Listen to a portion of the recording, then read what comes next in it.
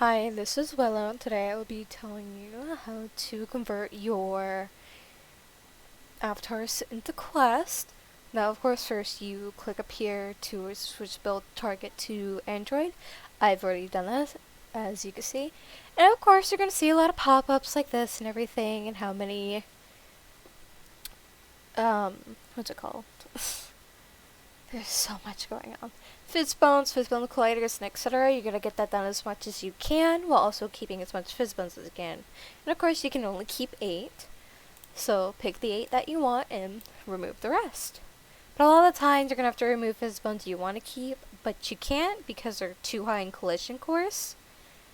So it is what it is. And of course, you're going to hold shift. So click on a material, hold shift, and it selects all of the materials all at once. And sometimes you can hold control and click on certain ones you want, because sometimes when you select all, it's going to show up textures and matte caps that are selected, because you're only trying to convert your materials at the moment. Of course, VRChat, mobile, standardlet, and you're going to see these two. You're going to want these at non-texture, because that makes your megabyte really high, and you don't really need them. You gotta lower down your smoothness and your metallic. Now, I prefer my metal to glow and everything, so I go to standardlet.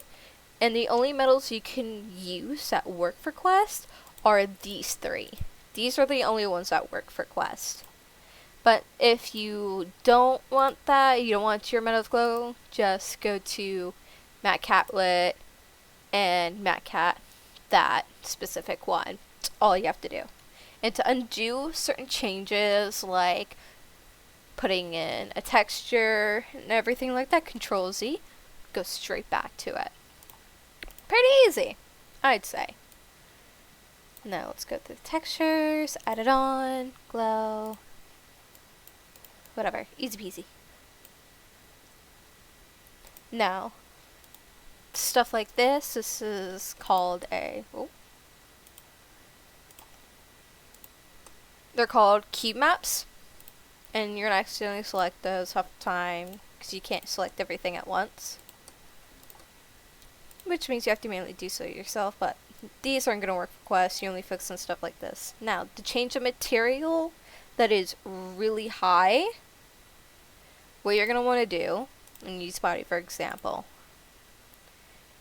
you're going to want to click on it. Sometimes you'll see textures that are all the way at 8192. That megabyte is way too high for Quest compatibility, so I keep it at a simple 2048, the default. Now, if you've gone through all your textures and materials, and your megabyte's still way too high, you can put this at a crunch of 50 on your bodies and stuff, because I like to keep a crisp body texture for Quest, and it's not so blurry and just really poor looking. But with materials, let's revert this back, but with materials like facial materials, hair materials, bandanas, beanies, glasses, hair, just all these type of unnecessary stuff with unnecessary detail. What you can do is click on the material and lower it to how much you want, but in the beginning I like to lower it to a 1024 low quality and keep it at a solid 50 and apply. And it's going to do the importing, crunching, etc. Boom, done.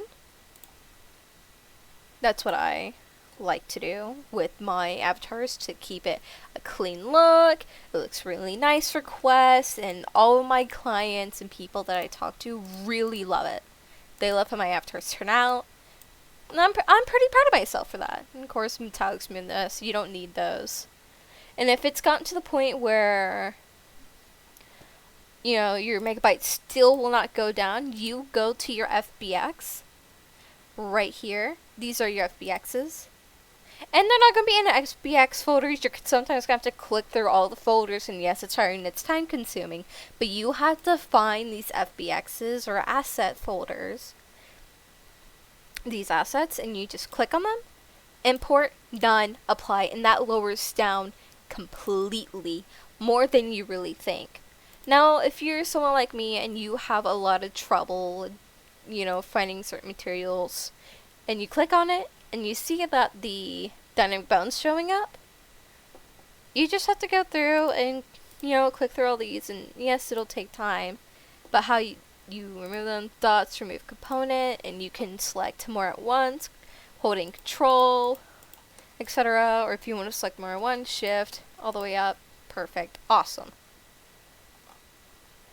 That's how I convert things into quests. Now, there will be hidden materials at a lot of times, so what you can do, we're gonna use, of course, let's just use the hoodie as an example. Let's say this material,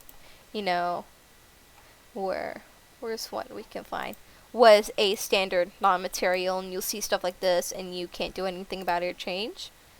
What you can do is go to your elements under your materials, into your inspector, click on this circle, and all you have to do is scroll through and click whatever material goes with it. Now we're just gonna do that for me. And that's how you find a lot of hidden materials and etc.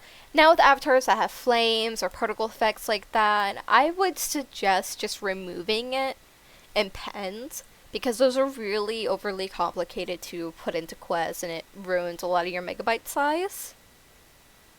And it's just really not worth it at the end of the day, especially if you're just a PC user like I am.